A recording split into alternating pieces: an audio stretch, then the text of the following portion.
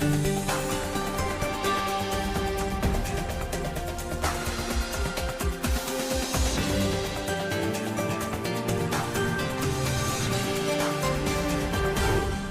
today's World Insight, deeper ties between China and Pacific Island nations with a focus on trade, security, and climate change. How have the principles of mutual respect and win-win cooperation made a difference in relations?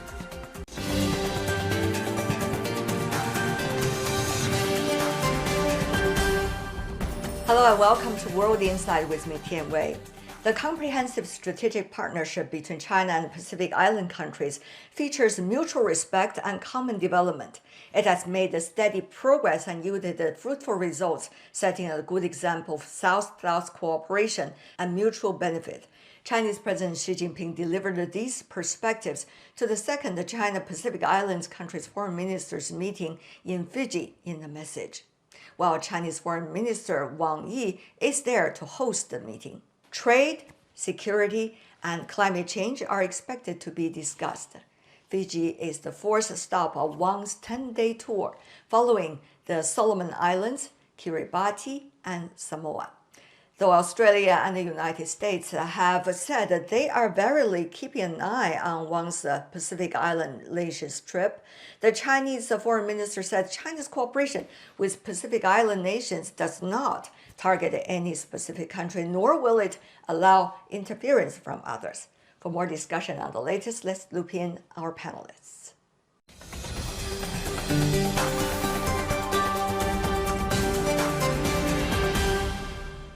I'm glad to be joined in Nuku'alofa by Siameli Latu, the former Tonga ambassador to China. Mr. Ambassador, what a pleasure to see you once again. Nice to be reconnected after so many years. Yes, in Melbourne, Australia, Anthony Liang, Secretary General of the Pacific China Friendship Association. Mr. Liang, good to see you. Thank you so much for joining us.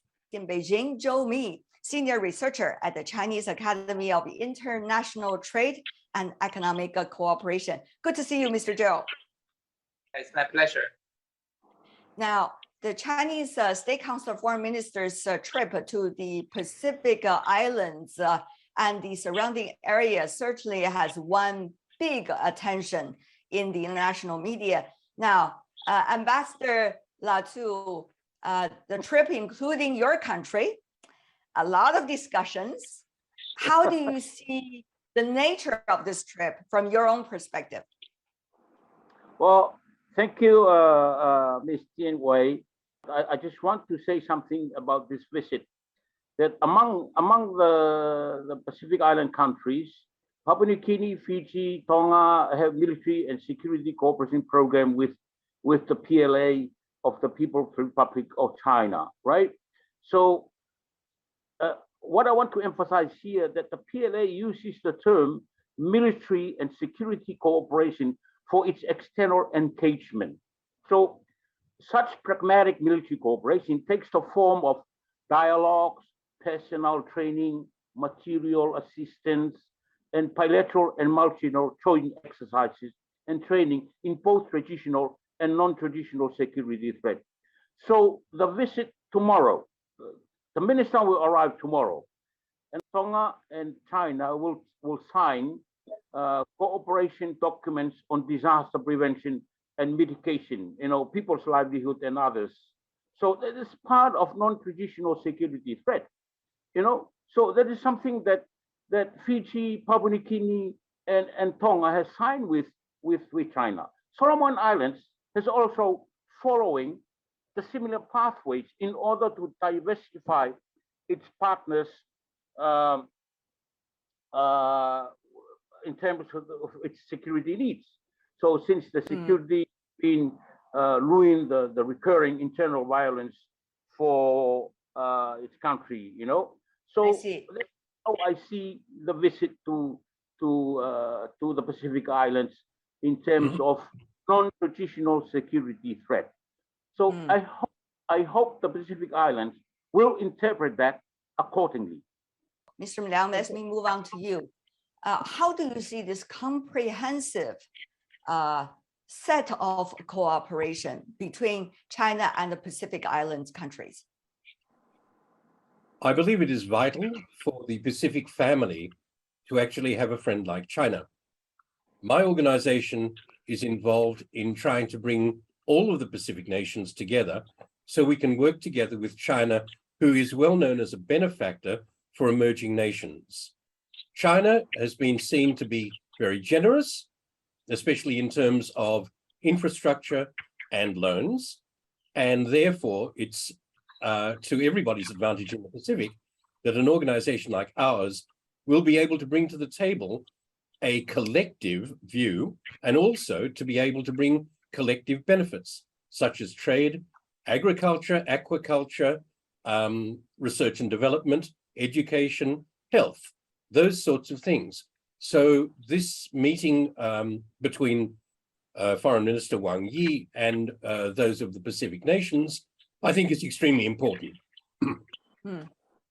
Zhou, China has been criticized for approaching the Pacific Island countries, suggesting that trying to stir up the geopolitical tensions in the region. But others also argue why one country could approach these countries while others like China can't. This is a very interesting debate that is going on right now. But behind it certainly is the geopolitical competition that we see some trying to start between China and the United States, China and Australia. Now, Mr. Zhou, what is your take about the nature of this trip? Since we are trying to address the development issue of the countries, the South Pacific countries, they are very far from China. But we don't want to just neglect the importance of those countries because all the countries should have their own abilities to develop their own path. As China is one of the biggest markets in the world, I think that there will be a lot of complementary cooperation between China and those countries. If we can involve China and also the South Pacific countries, we can create better solutions for the climate change or other issues we are facing by the South Pacific countries and also China. I see two important phrases being used. One is complementary, the other is diversification. How important are these principles for the long-term peace and stability and prosperity of those in the South Pacific? For example, your country, Mr. Ambassador. Remember, the Pacific Island countries, especially Tonga, we are all sovereign and independent, right? And the region should not be considered a backyard of other countries. Right? So friends to all, enemies to none is the cornerstone of our foreign policy, similar to Solomon. So we continue to uphold friends to all, enemies to none, and we'll work with all within the confines of our foreign policy. So this has been our foreign policy formulation since 1980s, I think, in the Solomon Islands, and I think, but used to avoid becoming embroiled in rivalries between states. So the visit tomorrow is a visit to a sovereign, independent country. Yes. I got it, Mr. Ambassador. Well said. As simple as that. You're a sovereign country and you make your decisions based on your best interests. Whatever others are saying, it's up to them. But what is best, your country knows the best. Thank you so much, Mr. Ambassador. Mr. Liang, now, it's very complicated, the geopolitical situations right now. We heard last week, for example, the so-called the latest strategy the U.S. has toward China in terms of competition is being made public by the U.S. Secretary of State. And this makes the countries in the Pacific, in the South Pacific, extremely vulnerable in terms of being accused one or being accused by one or by the others. So how do you see this balance? Well, for a start, may I say that from my talks with some Chinese officials, they don't actually feel threatened by America trying to give some largesse to the Pacific nations.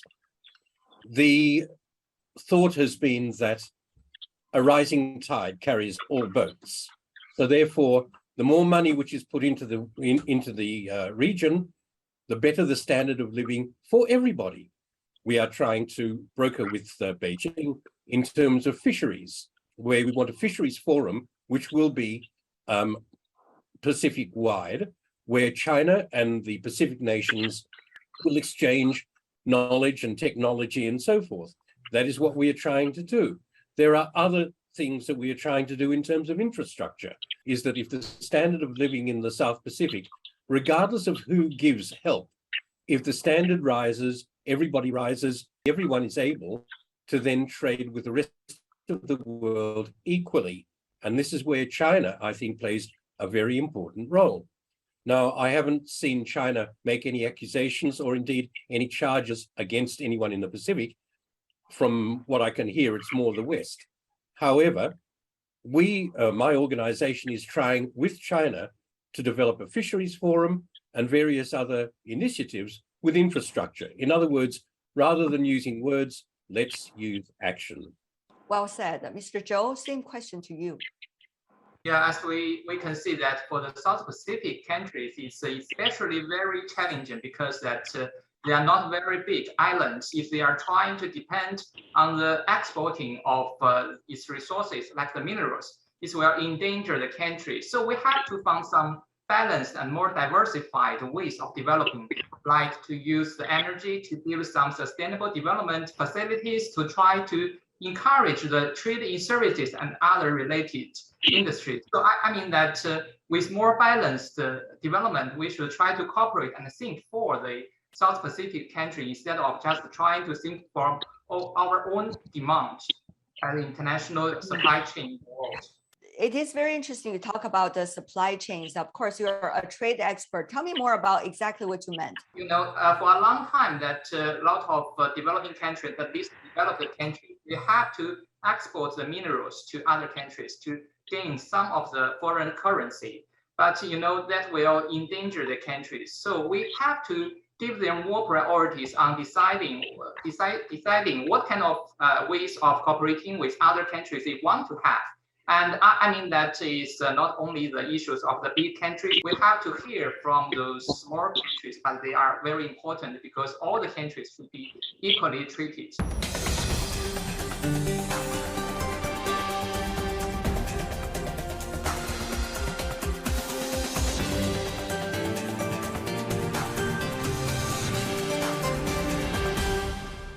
Now, at this point, a lot of things are about principles. A lot of things are about common sense. And yet, many wonder, Mr. Liang, whether common sense will prevail at a time when geopolitics is to some is the only logic of the world. As you all know, one of the basic challenges for the Pacific Island nations is climate change and climate warming. I do know that many years ago, Xi Jinping himself said that all economies should be green and recyclable and renewable. And that is what all of the Pacific nations are striving toward. So therefore, whatever arguments which are going on a geopolitical scale, when you're struggling for survival, when you know in 10 years your home will be underwater, they're not interested in your politics. They are interested in concrete solutions and good friends who will stand by them in an hour of need. And losing your country is definitely an hour of need. So I don't think, in terms of all of the positioning, that the Pacific Islands are necessarily overly interested in the politics. They want to see who has come as friends. And China has shown itself to be a friend time and again for decades. So you're trying to say, Mr. Liang, that it is really a survival issue for the Pacific countries right now to diversify and to also seek partnership wherever they can on the most crucial issues to them. Absolutely, absolutely. And if it is a green issue, one of the most important things is education, teaching people how to look after the environment. And the Pacific nations have been given the privilege of 10 scholarships a year by the Shanghai Ocean University. to learn about aquaculture, to come back and to teach others. So, I mean, this is something or other which is absolutely vital because it teaches renewable, it teaches green, and it teaches resourceful. And so far, I haven't noticed anybody else coming to the party apart from China. I agree with Mr. Lian's comments on climate change. I'm glad that China has established this Climate Change Response Center at Liaoning University. I think this is part of the research center to the Pacific Islands, where I'm working with Liaoning University as an academic consultant to the Pacific Island Research Center. And the setup of this research center, I think this is a very great move by China to help the Pacific Islands to tackle all these climate change challenges. You know, because the center will voice our concern to the rest of the world.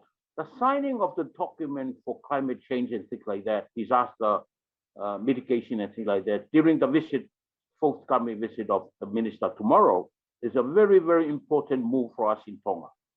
And the establishment of the center at the Liaoning University is one of the very great moves to be able to voice our concern throughout the developed countries. So capacity building, that's what you're talking about. Human resources as well, science and technology at the time to deal with climate change with your own strengths in a way. Mr. Zhou, China has been committing to 2030 and 2060 sustainable development and the climate change issues. Now, to you, what do you think are some of the concrete measures China and the South Pacific nations can do together? Because the climate change is not one country's issue, it's a global challenge. So all the countries should try to do the same thing on the effort to reduce the emission of the greenhouse gases. And also, you know, we have to try to improve the technology to provide the affordable technology to those countries, which can not only depend on the fossil energy, but also trying to use renewable energy. I think that there are still be more things we can do to change the development of the economy of not only the South Pacific countries, but also other developed countries to use less energies, try to be greener. And we can also help those peoples who live near the sea to reduce the risk of the threat of the oceans. I mean that we can do a lot more things, not only just trying to see some slogans there. We have to be active in developing the technology and also provide with affordable prices and costs. Adaptation is so important now. If you look at the survival issue, Mr. Liang, for the Pacific countries. Now, how do you see in that area, not only just prevention, because we know it is coming, the climate change, right now it's happening. And the Pacific Islands, as you said, 5 to 10 years, survival of them is the priority. So what about adaptation? What are some of the areas that you are specifically looking at? The framework China signed with the Samoa and other countries are mainly very much structural, but there are a lot of flesh and also real projects behind these structural goals. You will probably regret asking me that question because we have been working on this for 5 years. We have, until COVID hit, we had plans in place with some of the largest corporations in China to come to the Pacific to help in terms of infrastructure and making sure that it's safer and the communications are better and everything is far more robust to stand up to some of the worst parts of climate change. We were dealing with companies, renewable energy companies like Suntech, ICT companies like Huawei, aircraft manufacturers like Avic. So we were involved deep in all of those discussions, and they had all agreed to come to the South Pacific to help. Then COVID hit, and of course the door slammed shut, and sadly nothing was being able to be done for the time being. But we are hopeful this will be reinstated either late this year or early next year, and we will have a flood of people who will come out and they will want to help. And we know that they are of good intent, and also they have good qualities, so we don't worry about that terribly. But that is concrete, what we will be doing in terms of making sure infrastructure, emergency services, all of those things will be well and truly catered for. Ambassador Latu, same question to you. Specific cooperation, besides the Center, of course, for Education and Adaptation, but what about the others that you think both sides can really work together? Well, I hate to say, but I think if United States signed the climate change, the Paris Agreement, that would help a lot. Despite the fact that a lot of countries signed the Paris Agreement for climate change, and I think Australia and with due respect, United States are sort of reluctant to do that. We won't end up in something very fruitful. But I hope that all the advanced countries will support. We are sinking. I hope the world should cooperate to be able to consider our problems in the Pacific Islands. And despite the fact that the establishment of the center allows a university, I hope the other countries will do so, to be able to voice our concern throughout the world. Because we are sinking. With the Paris Agreement, there were a lot of commitments coming from developed economies about providing funding for particularly developing countries and at least the developed economies to both prevent and adapt. And that funding, of course, has not come into being as promised, much lagging behind, only 10% right now, if I'm getting the numbers right. Mr. Zhou, on the one hand, China is being criticized for providing support.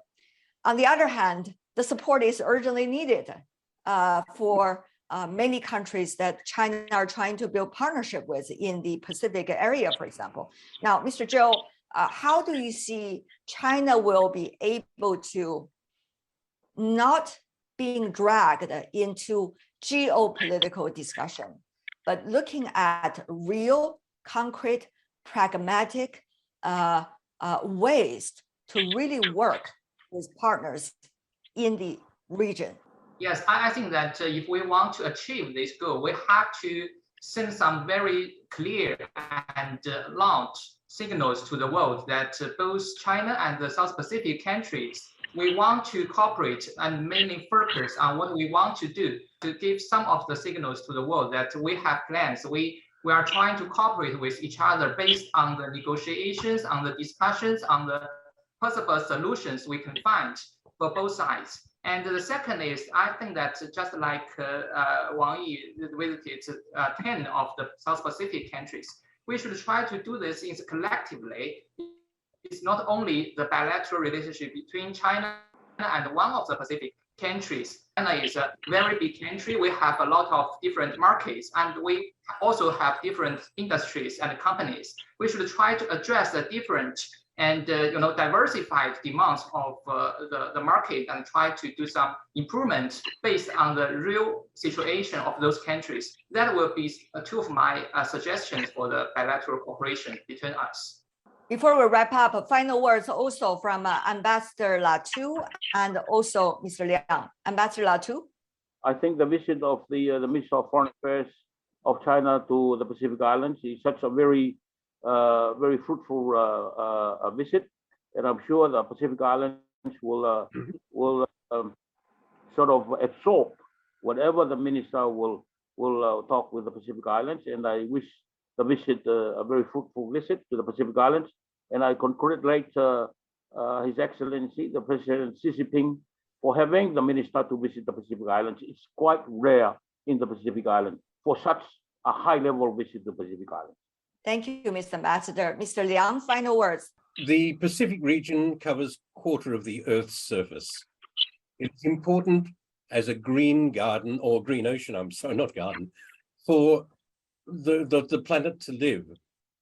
It is an important part of the world which only the West belatedly is starting to realize. China has known and traded with the South Pacific and indeed parts of the shores of Australia since the 13th and 14th century. So China is no stranger to these parts of the world. I am extremely glad and gratified that the People's Republic of China, as it is now, will continue that contact and that trade and that advice. And I'm certain that my sisters and brothers in the South Pacific welcome them and welcome their friendship. Thank you.